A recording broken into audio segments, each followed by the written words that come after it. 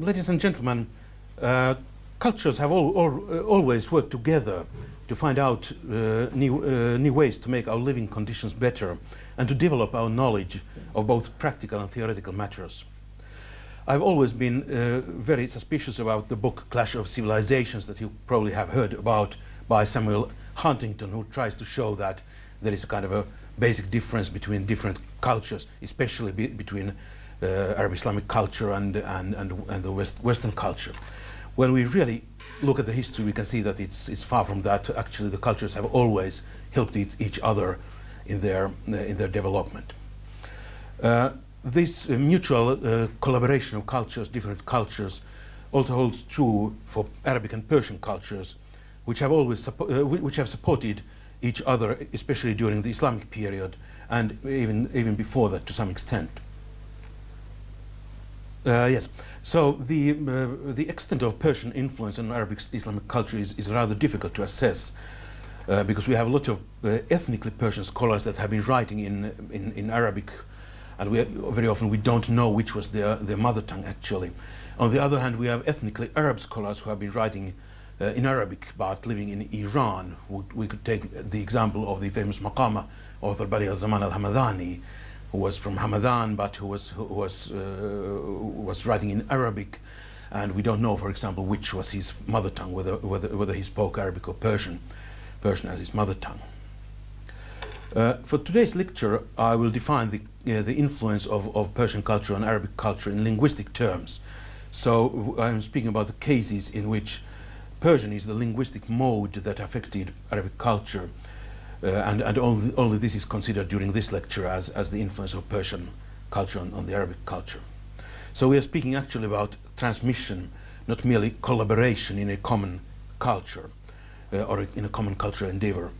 So, for example, myself, I'm a Finnish scholar now working within Scotland, so I wouldn't count myself as Finnish influence on Scottish culture, because I'm there in Scotland working with our universal culture there.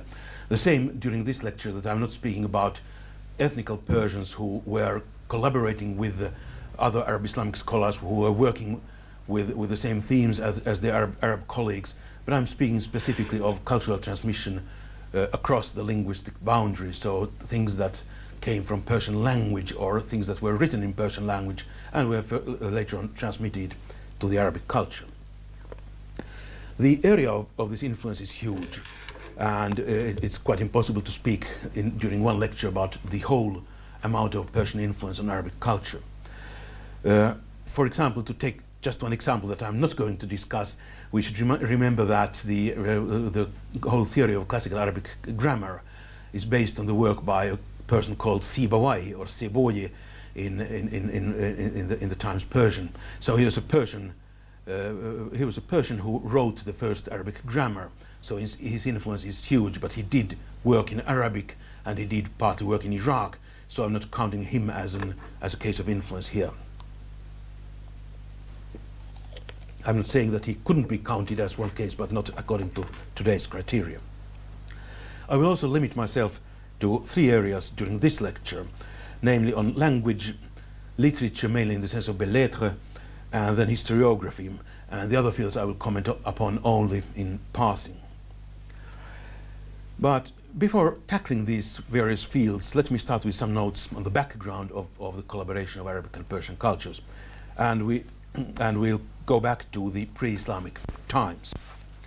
We have a lot of evidence, both archaeological, linguistic, and later historical evidence about the influence of pre-Islamic Iran on the Arabic culture. There were in pre-Islamic times there was some contact areas. Okay, now oh yes. So there were some contact area already before pre-Islamic times. We know that the Sassanians, or the pre-Islamic dynasty of Iran, conquered Yemen in the 7th century, and also in Iraq there were contact points between Arabs and Persians, mainly in Hira, where there was a small Arabic kingdom ruled by the so-called Lakhmids. And then there must have been occasional links with the central areas of the Arabian Peninsula. In addition to that, Arab tribesmen and others certainly traveled far from the peninsula and must have brought back, when they returned to the Arabic Peninsula, they must have brought back miscellaneous influences, but we know very little about this. Then when we come to the later periods, Arabs of course conquered Iran. I usually give the date 651, which is of course actually the date of the death of the last Sasanian king. So you could date it either earlier or later, depending on how you want to define the conquest. This led to the situation where many Arabs settled in Iran, and later their families were often, perhaps even mostly, Persianized. They became Iranians more or less, and they very often changed their language into Persian. Since that time, the contacts have been very intense between Arabic and Persian culture in both directions. I'm today speaking mainly on the influence of Persian culture on the Arabs, but we could equally well speak about the influence of Arabic culture on Persians, but this is not the topic today. What happened with Persian is that the old language of Iran rather soon fell out of literary use after the Arab-Islamic conquest. That is because the script of the pre-Islamic Iranian language, the so-called Pahlavi language, is extremely complicated and difficult. I wonder whether anybody has ever tried to learn Pahlavi, but it's one of the most horrible writing systems that we know from anywhere in the world. But that, of course, didn't mean that Persian died out. Persian continued to be used as a spoken language. On the other hand, Arabic was started to be used as the literary language, especially among Muslim Persians, very soon after the conquest. So what the Muslim Persians wrote after around 650, for the couple of centuries after that, was always in Arabic. They didn't anymore use their own mother tongue, the Persian mother tongue, for writing for a couple of centuries. And Arabic even later remained in active use in Iran, so that until the 11th century we can find a lot of Persian poets, for example, writing Arabic poetry in Iran. So that was a very much used literary language until the 11th century. After that, Arabic was restricted to scientific and religious literature, and the belles lettres started to be written in the new form of the Persian language called Classical Persian. And the Classical Persian language, of course, developed into a mode of literary expression towards the end of the 9th century. It's a period when we have the first efforts of writing Persian belles lettres. Now, when we come back to the... Okay, sorry, this is too early. I don't have a list of the slides myself, so I just have to try and what comes out there, and never mind that slide for a while. The peak of the influx of Persian culture into the Arabic culture came with the change of the dynasty in the Caliphate from the Umayyads to the Abbasids in 750. After that, of course, the caliphs were Arabs, but a lot of their officials, the secretarial class, were largely Persian, and this Persian class brought a lot of their own Persian culture into the Arabic culture. The Sasanian Iran, the pre-Islamic Iran, became a much admired model for Arabic administration, court manners, gastronomy, and various other things that we are not going to discuss today. This influx of Persian influence was very, very strong until around, let us say, the year 1000. After that, the Arabic culture took much less from Persians. So what I'm going to speak is basically the early period until around 1000. There was a later peak also, and that's in the Ottoman period. And that was partly an indirect one, because of course it was because the Ottomans used Persian as one of their literary languages, and when they conquered, for example, Egypt, they brought with them their knowledge of Persian culture, Persian literature, and there was a later peak of influence after that time, let's say from the 15th century until the 19th. But that was minor compared to the early transmission of Persian culture into the Arabs. So how this culture was transmitted? First of all, it was largely or partly transmitted what I would call directly, meaning that within the Arabic culture many authors, many scientists, many scholars were actually ethnically Persians. So they brought their own Persian background with them when they wrote new works in let us say, Arabic.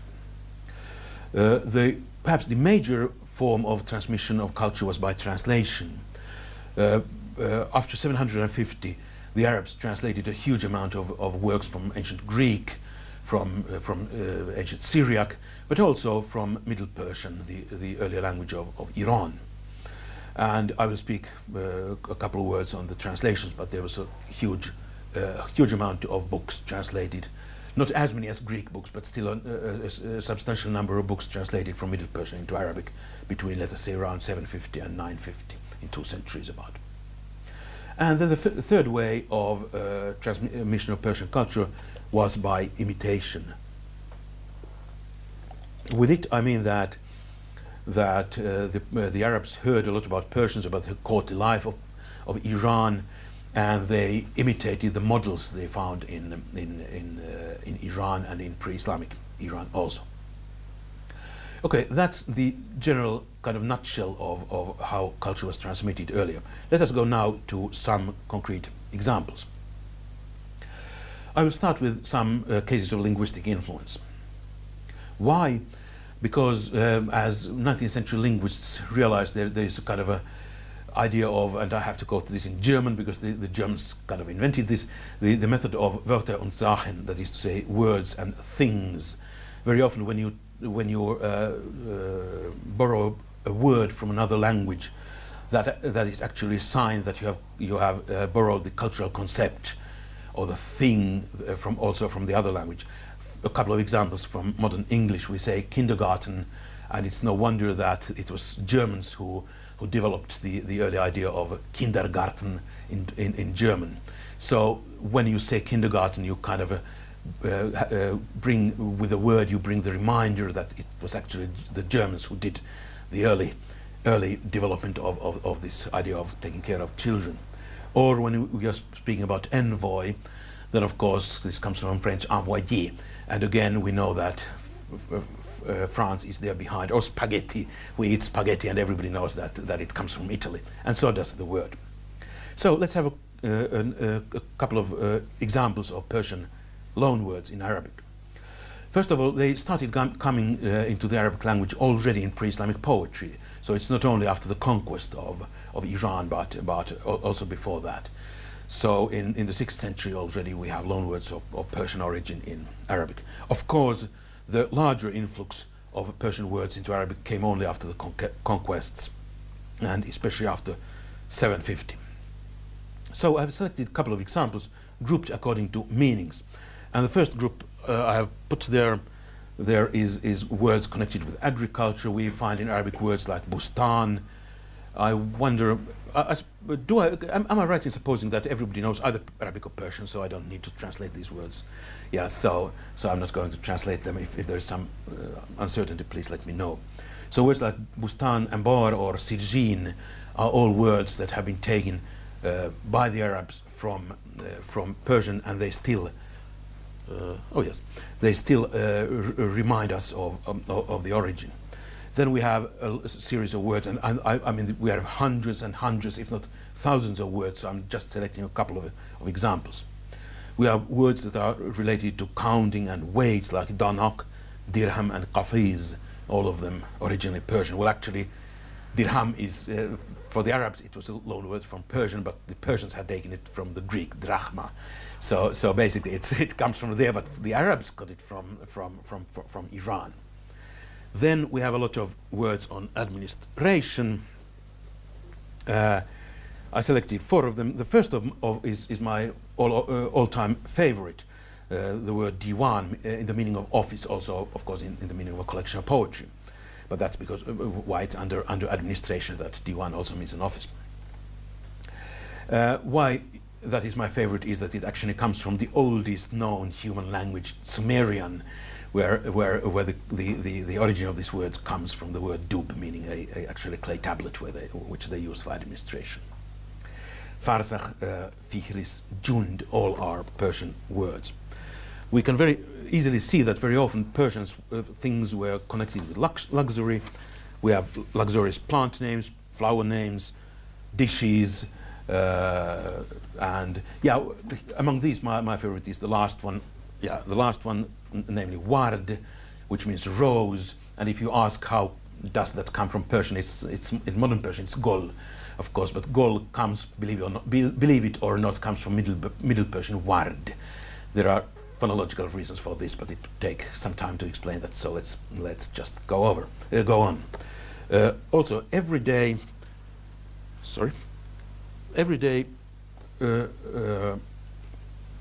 words, Hebraic, siwak, qafsh, are all used in various forms of Arabic. And then, of course, the... Would you mind translating some of these words that are not... Okay, yes. Yeah, well, for instance, siwak. Siwak, yes, the toothbrush. Qafsh is shoe. And Ibriq, of course, it's from abriqtan, Ibriq. Perhaps we'll have the questions afterwards, if that's okay, but keep that in mind, and I'll be happy to answer whatever that was. And then the language of science and philosophy. Again, we can see that the Persians have had a great influence in basic terminology, meaning also that some of the ideas connected with these words came from Iran. Jawhar, which in Middle Persian is gohar, or actually gohr, and that's why it's in classical Persian we have both gohar and johar. Johar taken back from the Arabs, so traveling to and fro. Morestan, Johar, of course, meaning the essence in philosophical terms, not, and also jewel, but that's another thing. Morestan, the hospital, actually be Morestan. The Arabs found the word too long, so they dropped the first syllable. Nushadir, one of the chemical substance, arson, I suppose, and so on, and so on, and so on. There are hundreds and thousands of cases. Of course, at the same time, there was a reciprocal influence that modern classical Persian language became heavily Arabicized. So everybody who knows Persian knows that, according to one count, 60% of Arabic words come from nowadays from Persian words come from Arabic. So this is a mutual influence, not only to one direction. Okay, let's speak about translations of Persian texts. As I said, the translation movement from 750 onwards was mainly from Greek and Syriac, but also a lot of Persian works were at the same time translated. I will take a few examples only. I have a lot of things and too little time always, but I'm trying to point out some important or interesting cases. First of all, unfortunately, most of the texts that I'm going to speak about have been lost later. We know that they were translated in 750 or afterwards, but they have been lost both in the original Persian and in the Arabic translation. Most of them, some are still there. Well, the Arab-Islamic is given the place of honor because I'm particularly interested myself in this book. I'm going to publish later this year a monograph on the Arab-Islamic book. What it is it's the national history of Iran. So basically, it's the book that more or less covers the same time period as the great Shahnameh of Ferdowsi. So that's in a certain sense one of the ultimate sources Ferdowsi has used, not directly this book, but some later books. I'll come back to this. Then we know from our Arabic sources, unfortunately the books have disappeared, but we know that the Arabs translated around 750 a lot of the so-called Sistanian cycle, meaning the stories of Rostam and his family. Some of these books are known by title, and many of them are known by title, but none of them has been preserved in either the original or Arabic. We have some descriptions of what the books contain, so we know that they existed, and we have a rough idea of their contents. For example, we have a book called Kitab as-Saki Saran, which usually is taken to mean the Sistanian heroes, the Sagi Saran. Actually, we know that this kind of book was was translated into Arabic, and we have a short description of that preserved in Arabic sources. Or another book covering also the Rustam stories is the Kitab al-Baykar, found in Arabic sources from Persian Paykar, the book of battles.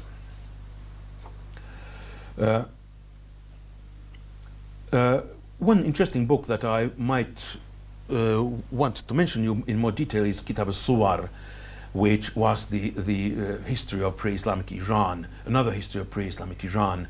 And we have a small, short description of this book by the 10th century author of 10th century Arabic historian al-Mas'udi in his Kitab al-Tanbih. I'll quote part of this. It's a very, he writes about 2 pages about this book, but I'll translate part of what he, or quote part of what he has said. So al-Mas'udi writes, in the year 303, so around 930, 920 something, I saw in the city of Istakhar, of the land of Fars, a large book in the possession of a member of one of the noble families. It contained many kinds of their sciences, stories of their kings and their buildings and ways of rule, things which I have not found in any other of the Persians' books, such as the Khudaynami, Oyin-Nami, Gokhnami, or others. It contained the pictures. This is interesting. It was a picture book. I mean, it contains the portraits of these kings. It contained the pictures of the Sasanian kings of Fars, 27 rulers, 25 of them male and 2 women. Each was depicted as he was the day he died, whether old or young, with his decorations and crown, the plaits of his beard, and the features of his face. They ruled the world for 433 years, 1 month and 7 days. So the Persians had a very accurate idea of history. They disagree with each other how long the period was, but this is one counting. And actually, according to our own modern knowledge, the Sasanians, they got power in 224, and if we count from that until 651, it's approximately the 433 years that al-Mas'udi mentions. Okay, I'll continue the quotation. When one of the books, their kings died, they used to draw his picture to likeness and take it to the treasury, so that the living princes among them would know the feature of the dead. The pictures of those kings that had been in war were represented standing, and the pictures of those that had been in peaceful rule were represented seated. The way of life of each one of them was told in this book, with its private and public details, and the notable events and important occasions that had taken place during their reign, during their rule. The date of this book is that it was written on the basis of what was found in the treasury of the kings of Fars in the middle of Jumada in the year 113, 731 Christian counting, and translated for Hisham the Caliph, Hisham ibn Abd al-Malik ibn Marwan, from Persian into Arabic. So a very early translation, and the date, the Hijri date 113, yes, 113, that refers to the date of the translation, so it was an earlier book but translated at that period. Then not only historical books, but then there were a lot of other books. I just mentioned a couple of titles. A book that we still have is the Wijaris-i Chatrang in Middle Persian, Guzaris-i Chatrang in Modern Persian, so the invention of chess, a rather short story, and that was translated later into Arabic also. Many of these books were translated by a person called Ibn al-Muqaffa, who was a very important translator and court official of the Umayyads and also the Abbasids, the earliest Abbasids, died in 756. So he translated many collections of pre-Islamic wisdom literature called Andars in Persian. And he was not the only one to do so. We have a lot of these collections in Miskawais al-Hikmat al-Khalida, also known by the Persian title Javid al-Khirad. All these were translated from Middle Persian. And we have scores of titles that we still know by title, including Amthal Buzur Jmihir, the very famous vizier of Khosrow Anushirvan, Buzur Jmihir or Bozorg Mihir in Persian, and his maxims. We have the Ahd Ardashir, which is mentioned there, which is this kind of the intellectual testament of the first ruler of the Sasanians, the King Ardashir. And so on and so forth. A great number of these wisdom literature, pieces of wisdom literature was translated into Arabic. And when we read Arabic collections of wisdom literature, of maxims, of sayings, we very often find that they contain four classes of wise sayings. They usually start with the quotations from the Quran, obviously. Then they quote some of the hadiths of the Prophet Muhammad sallallahu alaihi wasallam, and then they quote some of the ancient philosophers, Plato, Aristotle, whosoever, and then they, almost all of them, quote a series of sayings by Persian kings and Persian viziers, Persian wise men. So not only did the Arabs translate whole collections of Persian wisdom literature, but they also adopted much of that into their own books. So it's rather rare that you find a book without quotations of the Persians also in them. They were intimately tied to the Arabic wisdom literature. Then to come to a couple of more famous books. One is, of course, the great Khalil Dimna, going back actually to pre-Islamic times. The Khalil Dimna it was translated into Pahlavi from some Indian language, perhaps Sanskrit. It's originally comes from India, the whole collection, but the Persians translated that, and then the Arabs found this book through from Persian literature, translated that into Arabic, and we're very fond of that. We know dozens of different versions of this book in later Arabic sources. It was also versified by the Arabs, and it's one of the books that made a kind of a interesting tour between Persian and Arabic cultures.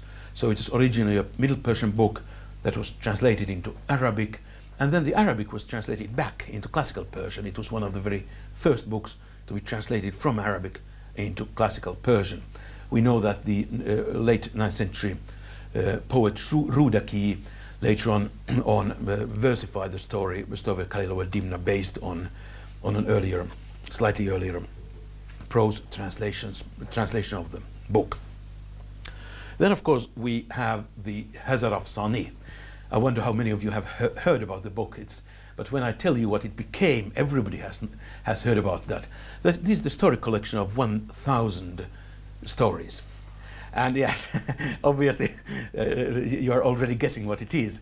The Arabs translated this probably in the 9th century into Arabic, gave it a title first of Alf Layla, 1,000 Nights. Then they wanted to make it a bit better than their Persian colleagues and called it Alf Layla wa Layla, the Arabian Nights, the 1,001 Nights. So we know that yet again, this extremely famous book was originally written by Persians, and it was only translated by the Arabs. The original Persian, unfortunately, has again been destroyed, disappeared. But the Arabic book, everybody knows the story, the later story of this book. By the way, why have all these books disappeared? There are two reasons. One relates to the ancient script of Pahlavi, the pre-Islamic way of writing Persian. It is really a horrible system of writing. It's basically it uses Aramaic. It writes everything in Aramaic, but the words are pronounced in Persian. So meaning that you don't. It's like in English, you have exempli gratia, e.g. You pronounce it for example, but of course it's Latin, e.g. exempli gratia. But think about the English being written. 90% of English words would have been written in Latin, but pronounced in English. That would be a horrible task to keep up. So once when there was the Arab-Islamic conquest of Iran, the old language more or less disappeared. And the other thing that was of course disastrous for a lot of early Persian literature were the Mongol conquests in the 13th century. What hadn't disappeared before that disappeared largely after that, or during these conquests. Many libraries were burned, and the structure of Iran was not destroyed but suffered heavily.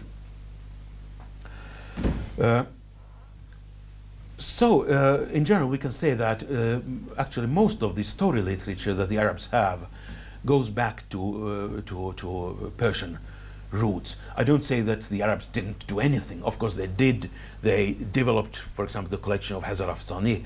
They added new stories too. That many of the stories of the Arabian Nights are obviously Egyptian by origin. They were for example, from Mamluk Cairo.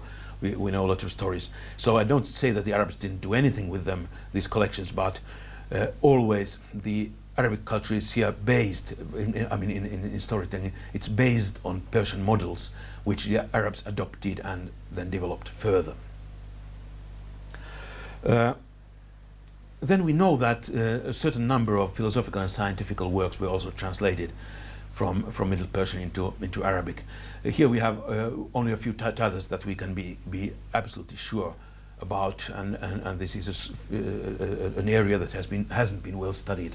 There's a lot to do, but we know that some scientific and philosophical works were translated. And for example, one agronomical manual was translated, the so-called Warznami, was translated from Middle Persian into Arabic. So let's sum up this discussion of poetry, this discussion of bellet of literature, and the influence of Persian literature on the Arabs.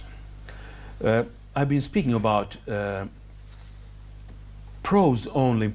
We do know that Persian poetry also influenced Arabic poetry in this early period. But here we come across the very problematic thing that we don't have any pre-Islamic or early Islamic Persian poetry left. We know there existed poetry because that's mentioned. We learn about songs that have been that people sang.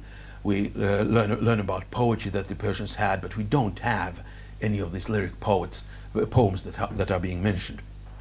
We do see, when we move from the Umayyad period until 750 to the Abbasid period after 750, we see a great change in Arabic literary style in poetry, and we can assume that at least partly this change may have been and probably was influenced by the Persian poetical conventions. But of course it's very hard to say anything specific because we don't have the originals anymore, and we don't have any detailed descriptions of Persian poetry from that period. In prose, there were two areas in which there was huge influence by Persian literature.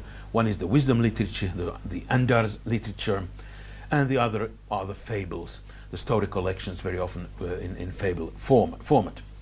There we know that the whole of Arabic literature in these genres were actually influenced by Persian literature. Then there is one specific case that I would like to take up, and that's the case of literary debate. That's or munazari or munadara, whichever language you prefer. And there are of course a lot of munadaras, so to some of you perhaps some munadaras of Imam Ja'far alayhi salam, or somebody else are more familiar, but I'm speaking about the belletristic literary debates. That is a genre where two inanimate or at least non-human protagonists argue with each other about their mutual superiority, which of us is better. And we happen to know that in pre-Islamic literature we had such literary debates. One of them has been preserved, one only, unfortunately, called Dracht-i Asurig, the Assyrian tree, Dracht-i Asuri in modern Persian, which has been preserved. And of all people, Al-Jahid, the great late 9th century author, mentions a literary debate between date palm and goat. And that's these are the protagonists in this Dracht-i Asurig. So we know that in the rather early Abbasid period, Arab authors knew these Persian munazares, these literary debates, and at about the same time, the Arabic literature starts to have a lot of these literary debates. So we can say that it seems to be rather obvious that they got the model from Iran. And why I like particularly this literature, type of literature, is that again this is one of the most ancient forms of literature. I mean, sonnets are rather new. They were invented only some 7 centuries ago, so they're a new genre. The earliest munadaras or literary debates that we know were composed 4,500 years ago. So we can follow the the story of the literary debate from Mesopotamia, from the Sumerians, through later peoples, through Persians, through Arabs, and the genre still continues to be written.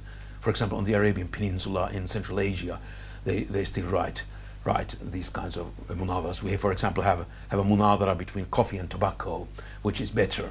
I think both are worse, but that's my private opinion, so never mind that. So there are a lot of also other influences that I have not been able to mention, and still one rather central thing that I have left as the almost last example of belletristic influence, that is the development of Arabic prose style. I mentioned to you that with the Abbasids coming into power around 750, a lot of the secretaries, and secretaries of course were important men at the time, so they were top officials, the ministers, so to say.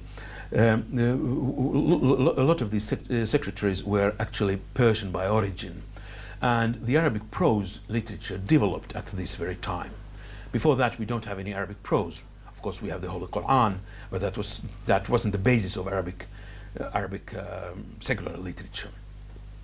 Otherwise, Arabic literature, prose literature, is very poor before 750. In 750 and afterwards, actually slightly earlier than 750 to be exact, but still around that time, the Arabic prose style quite quickly developed, and the early developers of this prose style, they were the Persian secretaries. And we have, like in poetry, we have all reason to believe that it was their influence that changed the Arabic prose style. For example, using a lot of parallelisms and other technical features. Okay, after this intense periods of translations, Persian literature did not anymore influence so much Arabic literature. We do have occasional translations from Persian into Arabic. We have, for example, the great Shahnameh was translated into Arabic in the 13th century, already in the 13th century.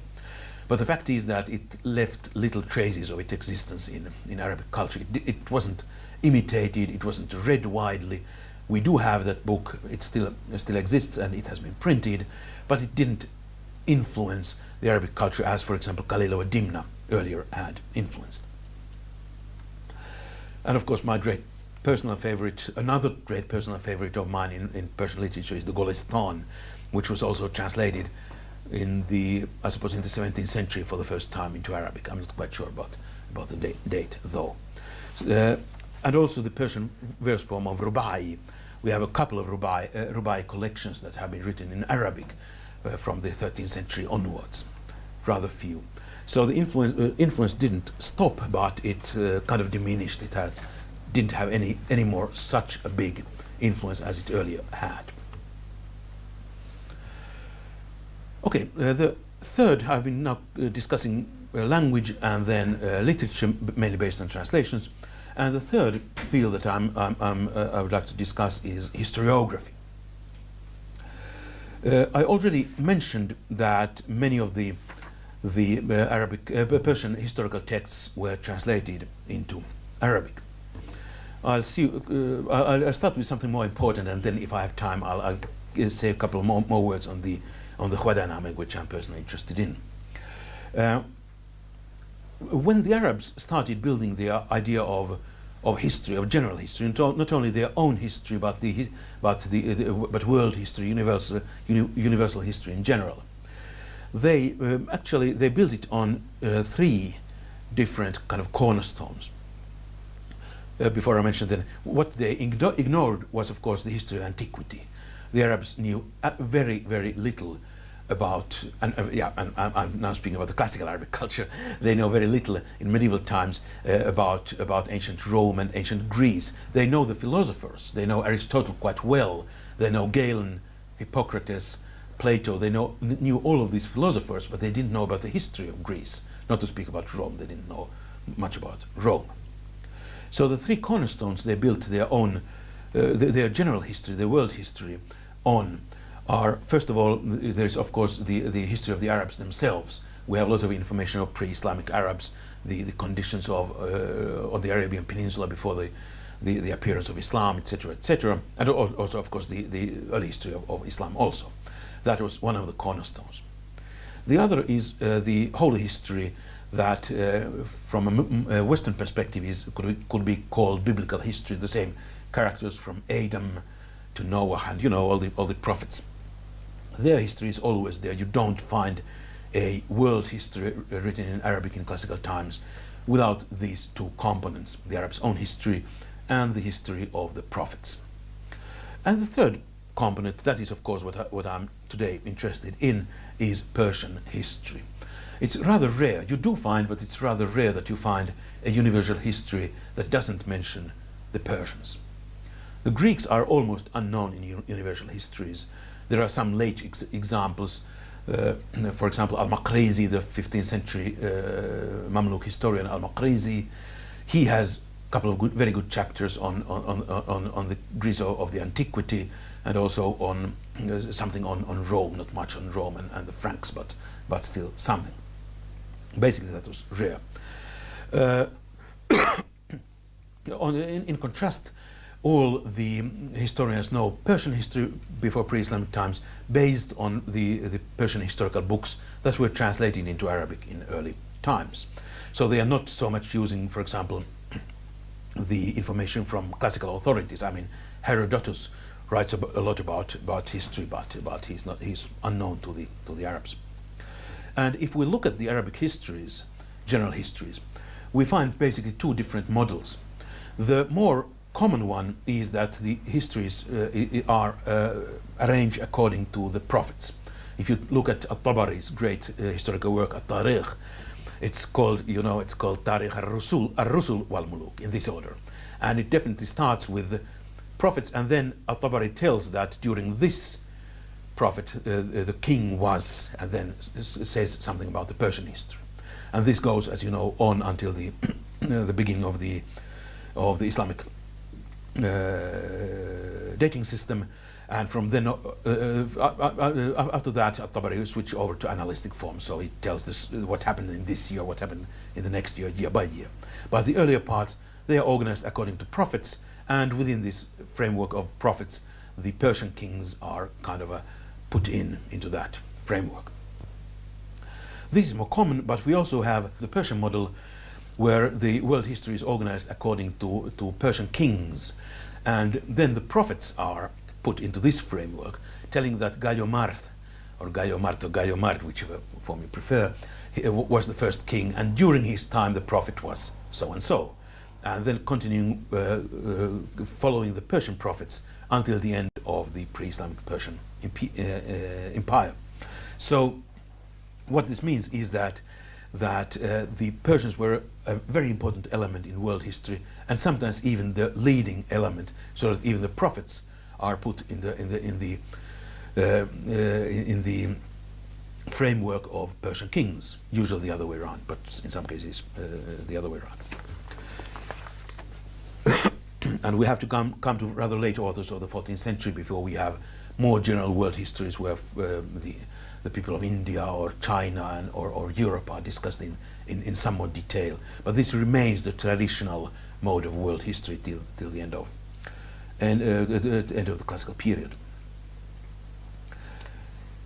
Yes, the Firdaws, I would love to speak about that, but the time is running, and let's. If somebody wants to ask about that later, I'm more than happy to comment on the Firdaws. But let us conclude. Culture has always traveled in both directions between different peoples. Very often one of the cultures, civilizations is more strong, more innovative, and influences the other more than the other influences it back. For example, between Arab culture and European culture, we can see the changes that for example, Greek philosophy had an enormous impact on the Arab-Islamic empire from the 8th century onwards. On the other hand, the Arab-Islamic culture had an equally huge influence in the 12th and 13th century with the nascent new European culture. It was based on the writings of people like Avicenna and Averroes and a lot of others. I mean, they just name the scientist or philosopher. His works probably were known to the late medieval European authors when these books were translated. Between Arabic and Persian culture, the same. I've been speaking about the influence of Persian culture on the Arabs, but of course, thinking about classical Persian poetry, when we speak about the qasida or the ghazal, of course we are speaking about Arabic literary genres that the Persians borrowed from the Arabs. So it's always both ways. At different times one culture is stronger and gives more influence to the other. At the other time the other culture kind of pays back, gives influence back to the other culture. So does it matter what is borrowed from another culture? In my opinion, it does. First of all, the transmission of culture shouldn't be misused to feed nationalistic feelings or extremist nationalist feelings, even racist ideas of superiority of one people or one race on another, based on usually very selective reading of this mutual cultural influence. Usually you forget the other part. For example, if you think about traditional European way of looking at history, it's from the Greece to the Romans to the medieval period. Some Arabs making some disturbances at some time, but otherwise it's the development of culture is from Greece to modern times, and that's, of course, we can see some development like that, but then we're ignoring the Arab-Islamic component in between. So sometimes these things can be misused when you ignore part of the picture and only describe the other part. But when you take everything into account, you realize that, especially if we speak about the cultures around the Mediterranean, they have always been helping each other. They have been developing. I mean, if we look at the history in the long run, very many things came from, in the earliest times from Mesopotamia or the pharaonic Egypt. They were largely behind the culture of Greece, of the antiquity.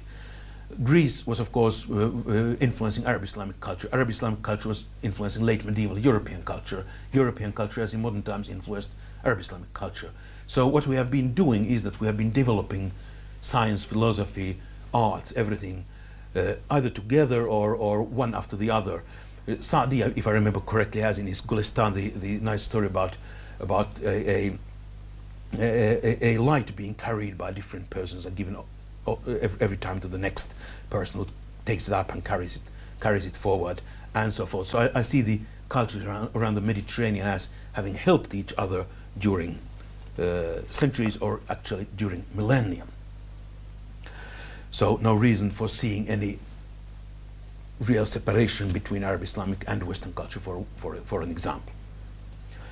The same goes for the Arabs and Persians. There have been problems between the two nations, for example, everybody knows that, but if we look at the situation in the long run, we can see that the Arabs have given a lot to the Persians have given a lot to the Arabs, so they have developed their cultures together, helping each other mutually, and this I think is a very important thing to keep in mind.